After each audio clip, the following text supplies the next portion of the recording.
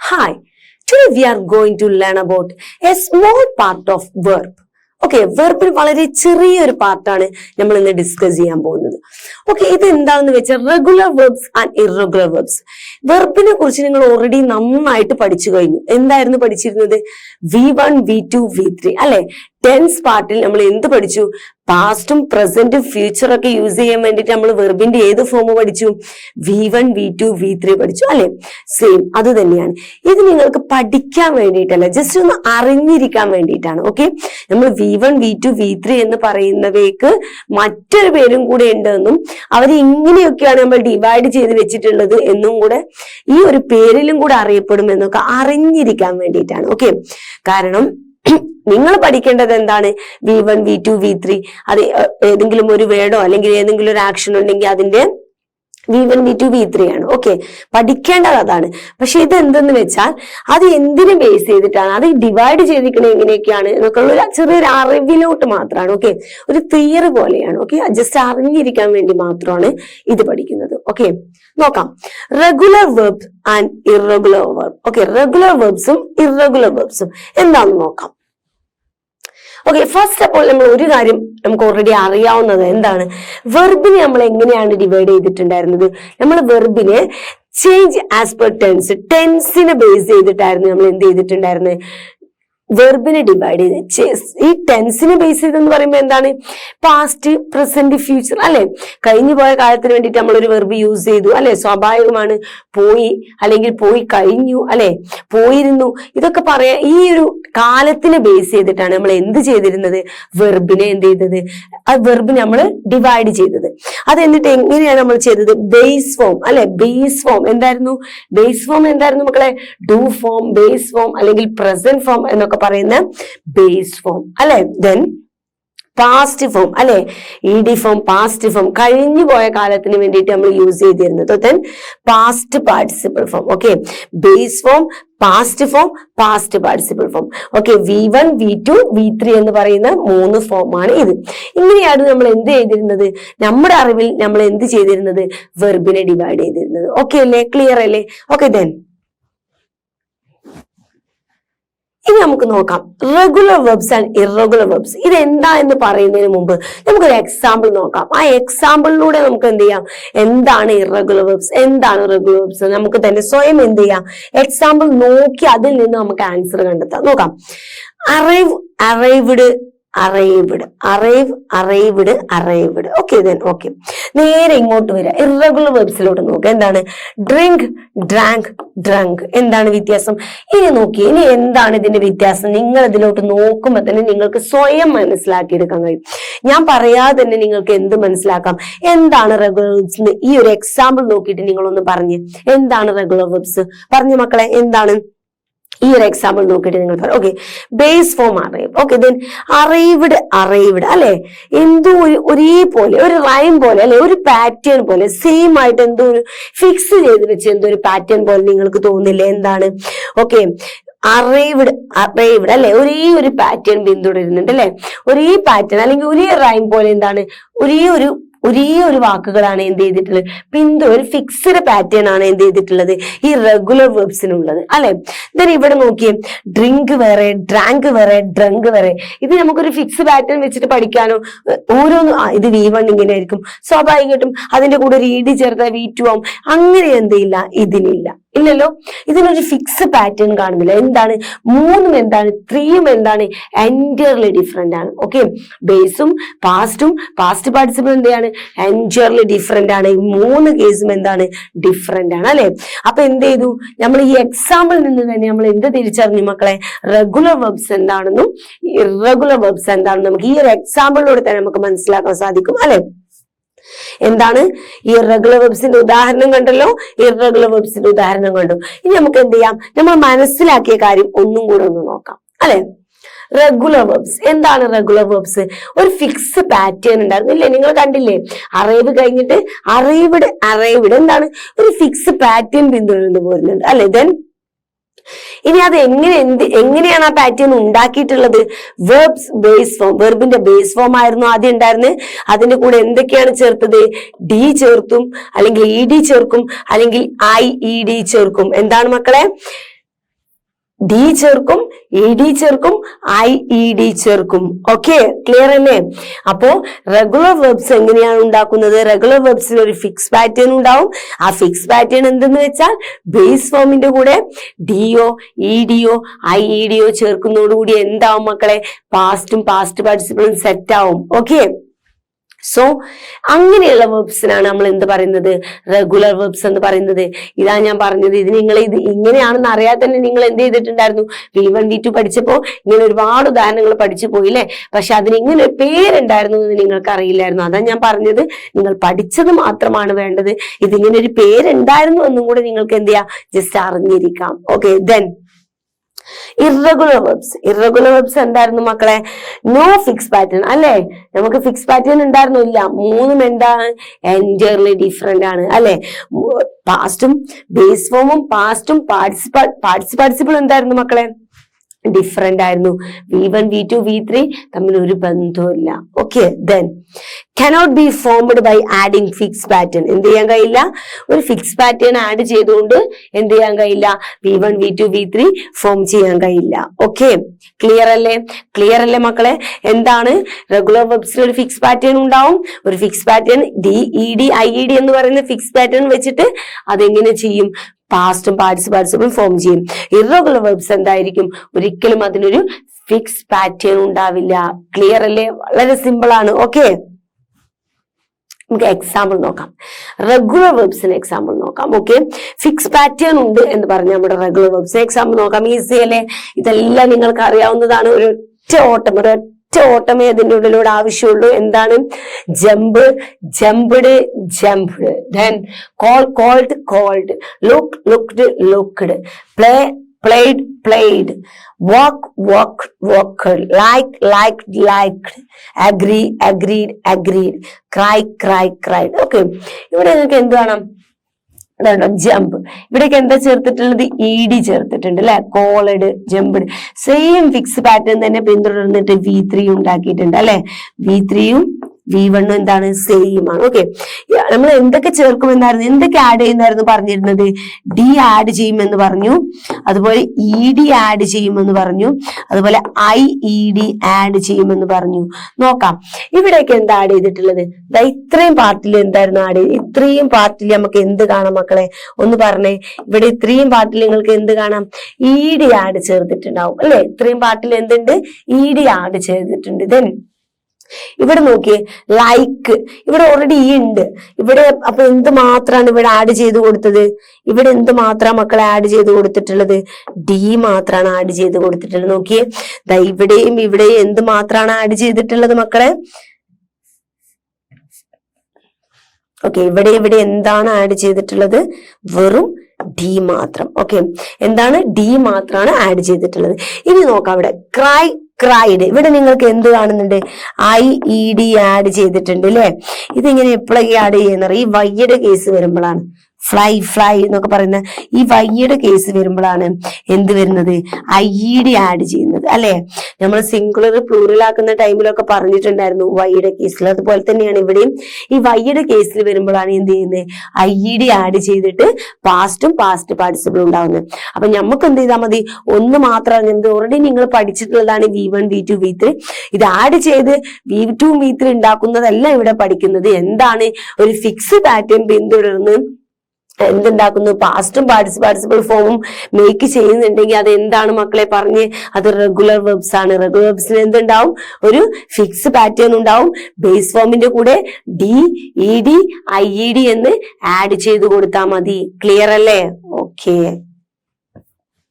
then more examples. Okay, കൂടുതൽ example നോക്കാം. ഇവിടെ എന്താണ്? studied. എന്താണ്? സെയിം പാറ്റേൺ അല്ലെ? studied IED അല്ലെ? IED ആണ് ആഡ് ചെയ്തിരിക്കുന്നത്. IED. talked, then talked, cooked, then cleaned, asked, loved, then opened. Okay, same ആണ്. സെയിം പാറ്റേൺ എന്ത് ചെയ്തിട്ടുള്ളത്?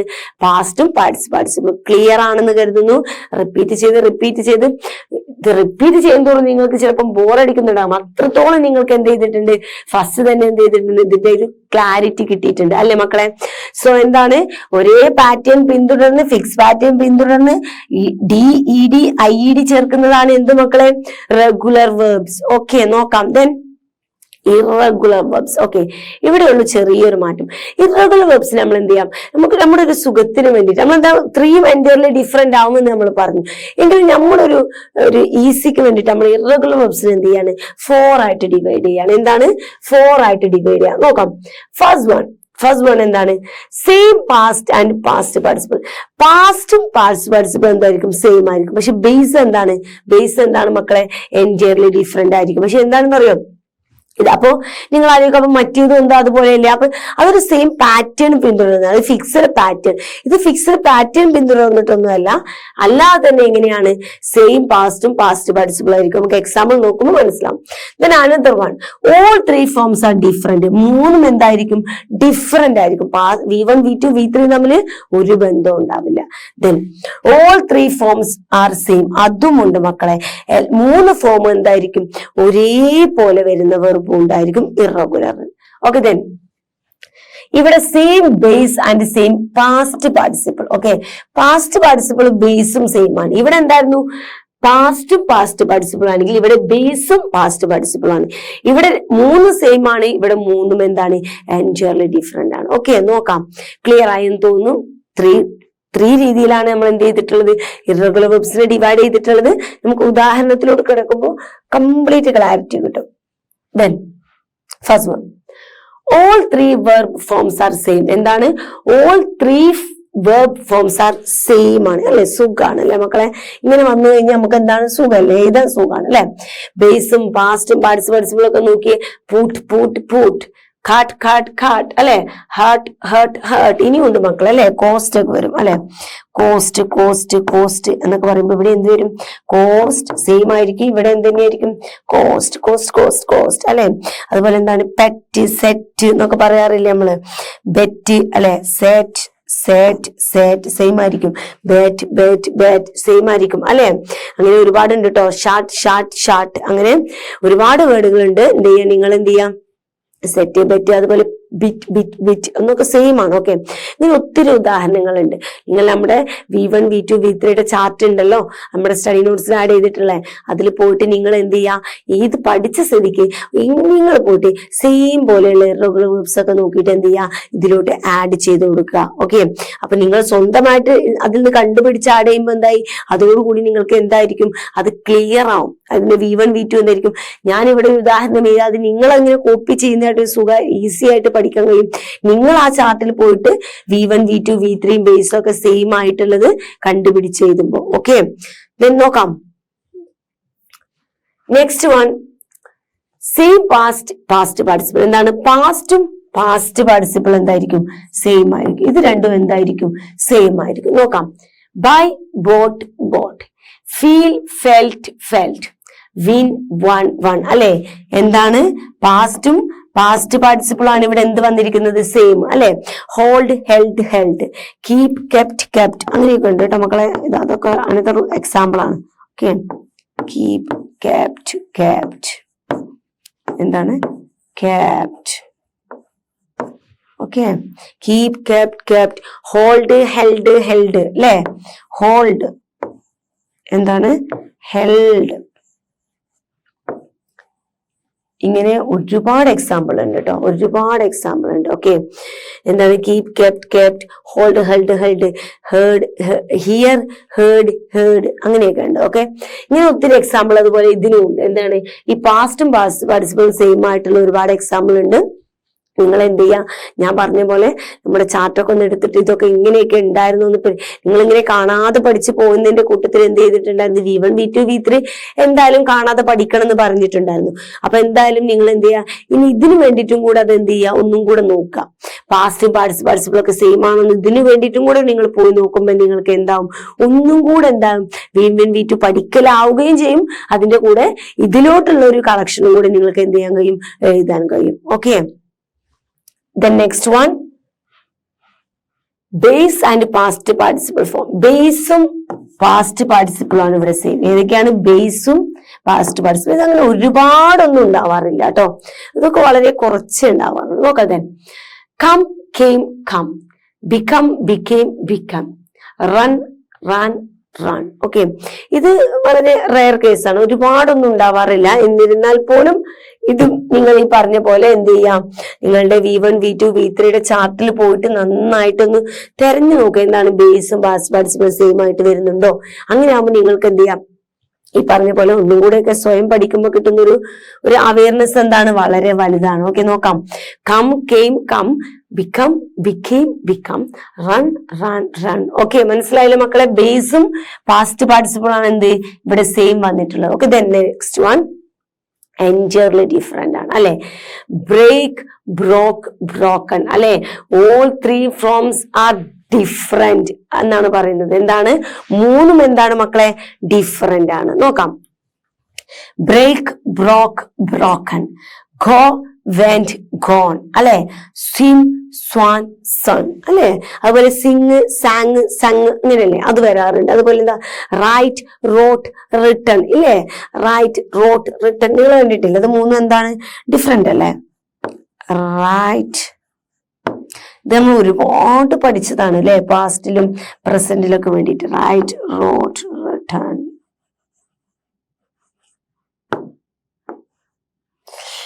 സോ എന്താണ്? എൻറ്റയർലി മൂന്നും എന്തായിരിക്കും? ഡിഫറെന്റ് ആയിരിക്കും. എന്താണ്? All 3 forms are different. 3 form എന്തായിരിക്കും? ഡിഫറെന്റ് ആയിരിക്കും. സോ ഇറഗുലർ വെർബ്സിനെ നമ്മൾ എന്തൊക്കെ പഠിച്ചു? പാസ്റ്റും പാസ്റ്റ് പാർട്ടിസിപ്പിളും സെയിം ആയിരിക്കും, അതുപോലെ ബേസും പാസ്റ്റ് പാർട്ടിസിപ്പിളും സെയിം ആയിരിക്കും. മൂന്നും എന്തായിരിക്കും? 3 ഫോം എന്തായിരിക്കും? സെയിം ആയിരിക്കും. 3 ഫോം എന്തായിരിക്കും? ഡിഫറെന്റ് ആയിരിക്കും. ഇതിനാണ് നമ്മൾ ഇറഗുലർ വെർബ്സ് എന്ന് പറയുന്നത്. ഓക്കെ, ക്ലിയർ അല്ലേ? റെഗുലർ വെർബ്സ് എന്ന് പറഞ്ഞാൽ എന്തായിരിക്കും? ഈ ടെൻഷൻസ് ഒന്നുമില്ല, ഒരു ഫിക്സ് പാറ്റേൺ പിന്തുടരും. എങ്ങനെയാണ് പിന്തുടരുന്നത്? ബേസ് ഫോമിന്റെ കൂടെ DED IED ചേർക്കുക അല്ലെ. ദെൻ ഇറഗുലർ വെർബ്സ് ആണെങ്കിൽ 4 ടൈപ്സ് ആണ്, 4 രീതിയിലാണ് ഡിവൈഡ് ചെയ്തിട്ടുള്ളത്.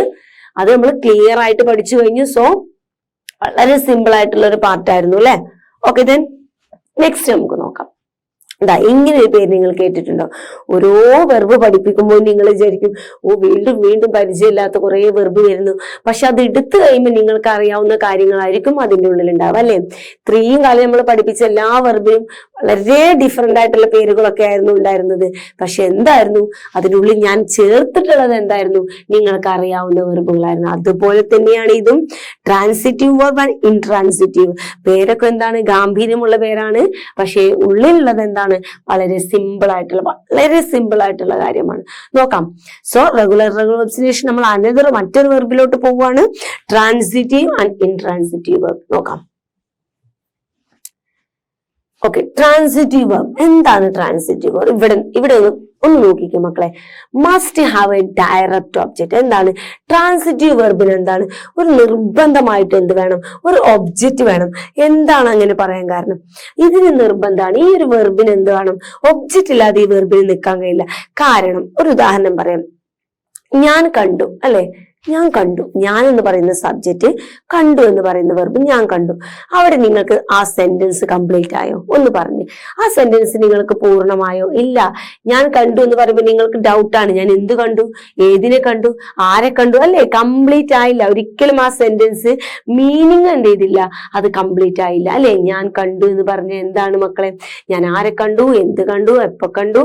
100 കൂട്ടം അല്ലെ, 100 കൂട്ടം ഡൗട്ട്സ് ആണ്. കാരണം എന്താണ്? ഐ സോ അല്ലെങ്കിൽ ഹി സോ എന്ന് പറയുമ്പോൾ എന്തായി? അവിടെ ഫിനിഷ് ആയില്ല. ഓക്കെ, അപ്പൊ അവിടെ എന്ത് വേണം? ആ വെർബിന് എന്ത് വേണമായിരുന്നു മക്കളെ? ഒന്ന് പറഞ്ഞ്. ആ വെർബിന് ആര് വേണമായിരുന്നു? ആ വെർബിന് ഒബ്ജക്റ്റ് വേണമായിരുന്നു അല്ലേ. ഒറ്റക്ക് അങ്ങനെ നിൽക്കാൻ കഴിയില്ല ചില വെർബ്സിന്. Okay, so it must have a direct object. എന്താണ്? Transitive verb must have a direct object. കാരണം അല്ലെങ്കിൽ എന്താവും മക്കളെ? അതിന്റെ മീനിങ്, ആ സെന്റൻസിന്റെ മീനിങ് കംപ്ലീറ്റ് ആവുകയില്ല. ഓക്കെ, ദെൻ നോക്കാം അടുത്തത് ഇൻട്രാൻസിറ്റീവ്. സ്വാഭാവികമായിട്ടും എന്തെങ്കിലും ഒരു ഓപ്പോസിറ്റ് ആയിരിക്കും. നോക്കാം. Do not have a direct object. ഇതിന് നിങ്ങൾക്ക് എന്തല്ല, ഇതിന് നിങ്ങൾക്ക് ചിലപ്പം എന്ത് വേണ്ട മക്കളെ, ഇതിന് നിങ്ങൾക്ക് ഒബ്ജക്റ്റ് വേണ്ട. ഇവിടെ ഇപ്പൊ ഞാൻ പറഞ്ഞത് എന്തായിരുന്നു, സി എന്ന് പറഞ്ഞു അല്ലെ, ഐ സി എന്നൊക്കെ പറഞ്ഞപ്പോ എന്തായി, ഞാൻ ഐ സി എന്ന് പറഞ്ഞപ്പോ എന്തായി, നിങ്ങൾക്ക് എവിടെ ഡൗട്ട്സ് ആയി അല്ലെ, ആരെ കണ്ടു എന്ത് കണ്ടു, ഇവിടെ കംപ്ലീറ്റ് ആയില്ല. ഇവിടെ എന്ത് വേണമായിരുന്നു, ഇവിടെ ഒരു ഒബ്ജക്റ്റ് ഇല്ലാത്തതുകൊണ്ട് തന്നെ ഇതെന്ത് ചെയ്തില്ല, കംപ്ലീറ്റ് ആയില്ല. പക്ഷെ ഇവിടെ നോക്കി, ഇവിടെ ഹി സ്ലീപ്പ്, ഓക്കെ, അല്ലെങ്കിൽ ഹി സ്ലെപ്റ്റ് ആകുമ്പോ ഒന്നും കൂടെ പൂർണ്ണമാവും. ഓക്കെ, ഹി സ്ലെപ്റ്റ്, ഉറങ്ങി അല്ലെ, സ്ലീപ്പ് സ്ലെപ്റ്റ് അല്ലെ. നോക്കാം. അപ്പം അവിടെ എന്തായി, ഓക്കെ, അവൻ ഉറങ്ങി അല്ലെങ്കിൽ അവൻ ഉറങ്ങുന്നു, ഇങ്ങനെ പറയുമ്പോ എന്താണ്, ക്ലിയർ ആണ്. പിന്നെ അവിടെ നിങ്ങൾക്ക് സംശയമൊന്നുമില്ല, സെന്റൻസ് ഫുൾ ആയില്ലേ, അതിന് മീനിങ് കംപ്ലീറ്റ് ആയി. ഇനി അവിടെ എന്തുറങ്ങി ആരുറങ്ങി അങ്ങനെയൊന്നും ഇല്ലല്ലോ, ആ വ്യക്തി ഉറങ്ങി പൂർണ്ണമായി അല്ലെ. സ്ലീപ്പ് എന്ന് വെർബ്, ആ ഒരു വെർബ് എന്തായി, അവിടെ ഒബ്ജക്റ്റ് ഇല്ലെങ്കിൽ പോലും ആ സെന്റൻസ് എന്തായി, പൂർണ്ണമായില്ലേ മക്കളെ. സോ അത്രയേ ഉള്ളൂ. ചില വെർബിന് പൂർണ്ണമാവണമെങ്കിൽ, ആ മീനിങ് പൂർണ്ണമാവണമെങ്കിൽ എന്ത് വേണം, ബാക്കിൽ ഒരു ഒബ്ജക്റ്റ് വേണം. പക്ഷെ ചില വെർബിന് എന്ത് വേണ്ട, ചില വെർബുകൾക്ക് do not have a direct object. എന്താണ്, അവർക്കൊരു ഡയറക്റ്റ് ഒബ്ജക്റ്റിന്റെ ആവശ്യം വരുന്നില്ല. നോക്കാം, ഒന്നും കൂടെ നമുക്ക് എക്സാമ്പിളിലോട്ടൊന്ന് കിടക്കാം. First one, transitive verb. Okay, എന്താണ്, ബാക്കിൽ ആളില്ലെങ്കിൽ മീനിങ് കറക്റ്റ് ആവാത്ത വെർബുകൾ. നോക്കാം.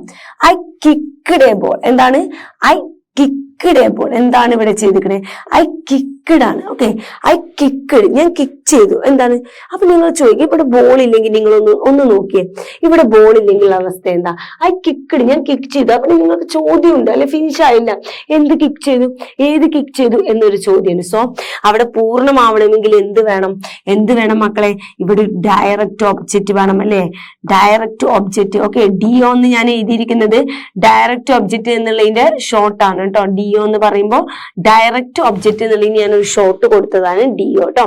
ദെൻ കിക്ക്ഡ്, ഇവിടെ കിക്ക്ഡ് ആണ് എന്ത്, ട്രാൻസിറ്റീവ്. ഇവിടെ കിക്ക്ഡ് ആണ് എന്ത്, transitive. Okay, so I kicked എന്ന് പറയുമ്പോൾ എന്താണ്, മീനിങ് കംപ്ലീറ്റ് ആവുന്നില്ല. അതുകൊണ്ട് തന്നെ എന്ത് വേണം, തൊട്ടപ്പുറത്തൊരു ഡയറക്റ്റ് ഒബ്ജക്റ്റ് വേണം.